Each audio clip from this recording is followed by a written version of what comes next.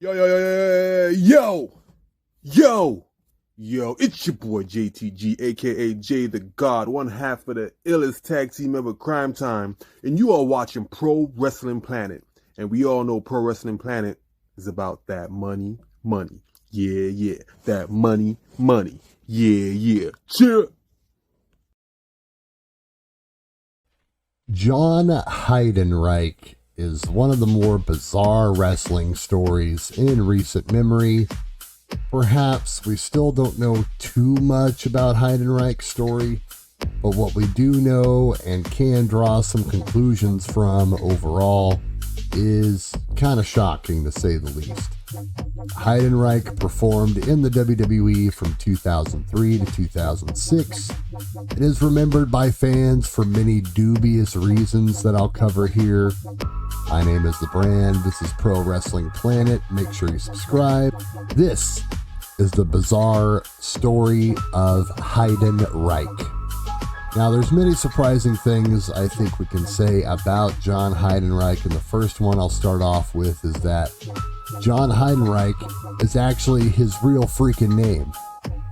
Now, while his first name was never used in WWE officially, I was shocked to find out that was his real name, just because it sounds so made up, I guess. Anyway, Heidenreich was born in 1969. His story basically starts while he's playing college football at Northeast Louisiana University. From there, he proceeded to go undrafted in the 1992 NFL Draft. Heidenreich would then receive a camp invite from the Washington Redskins, but ended up getting cut. And Heidenreich would spend the next year working out for different NFL teams and finally received a camp invite the next year for the New Orleans Saints.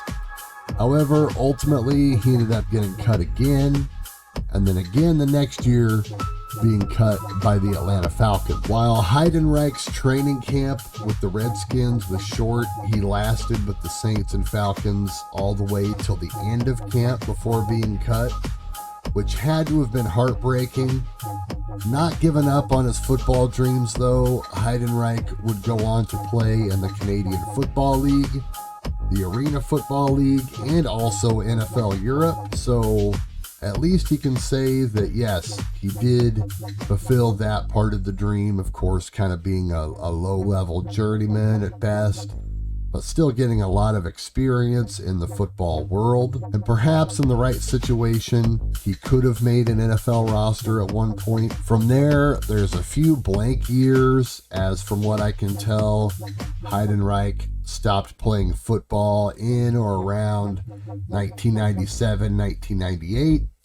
And at some point after that, he began training for pro wrestling at Ultimate Pro Wrestling in California. He very quickly caught the eye of WWE talent scout Bruce Pritchard, and he was signed to a developmental deal, but was quickly released afterward. From there, Heidenreich ventured to Japan and worked for the 01 Max promotion, winning tag team titles with Nathan Jones of all people.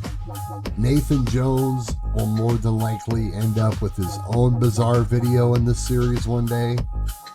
Anyway, WWE then decided to invite him back to developmental in 2003, and there was a quick turnaround where he would debut on the September 29th, 2003 edition of Monday Night Raw. His career starts out weird as heck by having his gimmick be a monster that was controlled by a voice in his head named Little Johnny. This was intended to end up being a doll, which was actually a real thing taken from Heidenreich's childhood, as apparently he would actually have a little doll of himself made that he would talk to. Heidenreich was given an undefeated streak like most monster type characters, but then this was suddenly brought to a screeching halt just 3 months into his run by doing a job for Rico the Stylist of all people. From there, he would flounder around on WWE TV for a few more months.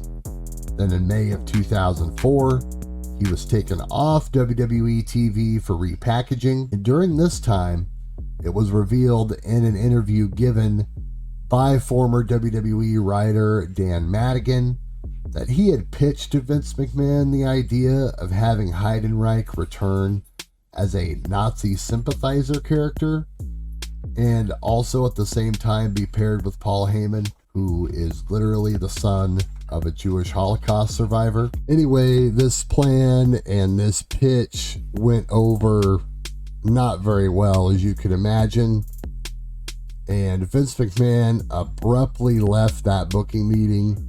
Dan Madigan would be out of a job a short while later, and everyone points to this scenario as being the main reason why he was let go, which once again, as you could imagine. In August of 2004, Heidenreich would return to WWE TV and be paired with Paul Heyman, however, without the Nazi gimmick, and instead, Heidenreich was a psychotic poet. Heidenreich was a psychotic poet who would randomly attack people and read poems that he would call disaster pieces.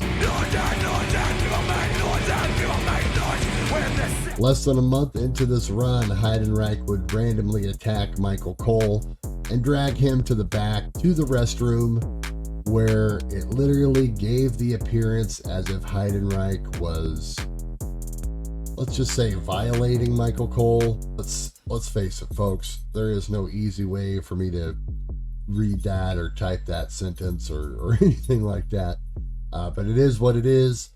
That's exactly what they were trying to get across, I suppose. Once again, just when we think this story gets weirder or can't possibly get weirder, ultimately it does. From there, WWE decides that the best way to get this guy over was to have him work with The Undertaker.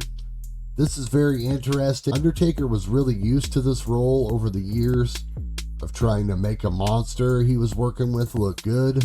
More or less, though, this had to have been more of a trial by fire for Heidenreich, and the results, I would say that he wasn't really able to step up to the plate here. In a series of matches with The Undertaker, Heidenreich never ended up getting over on Taker.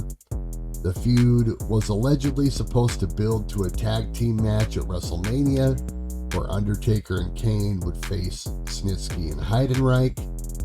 And this was nixed at the last minute, and The Undertaker was pivoted to a feud with Randy Orton, and Kane was inserted into the Money in the Bank ladder match. After the failed feud with Undertaker, Heidenreich ended up in a bunch of weird spots for the next few months, while the writers seemingly threw many things against the wall and hoping for something to stick. During this time, Heidenreich turned face, was once again toiling around in the lower card, mostly doing nothing.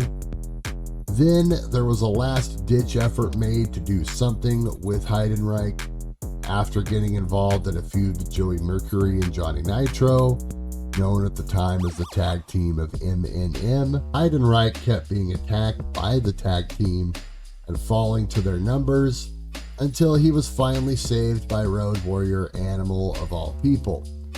From there, the duo would team and immediately become the tag team champions by defeating Eminem. Animal convinced Heidenreich to shave his hair into a mohawk and was granted a set of Road Warrior shoulder pads. And after donning the face paint, we officially had the one and only Road Warriors / Legion of Doom reboot. After the death of Road Warrior Hawk, fans turned on this rather quickly, as it was considered pretty much an abomination of a reincarnation, as Heidenreich was far from an accepted member of the roster, and fans, I think, saw right through this attempt to save Heidenreich's career, and no one else was buying it either.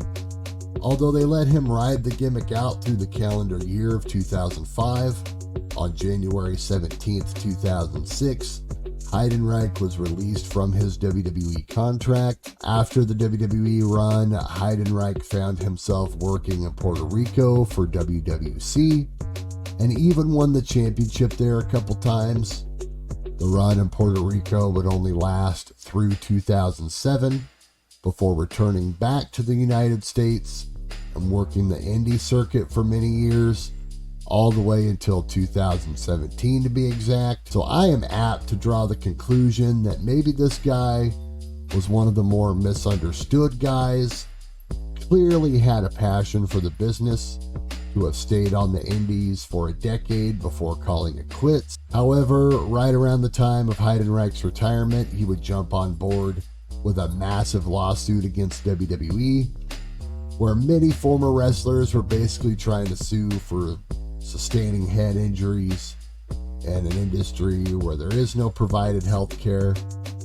Needless to say, I don't think John Heidenreich will be getting an invite to Raw or the WWE Hall of Fame anytime soon.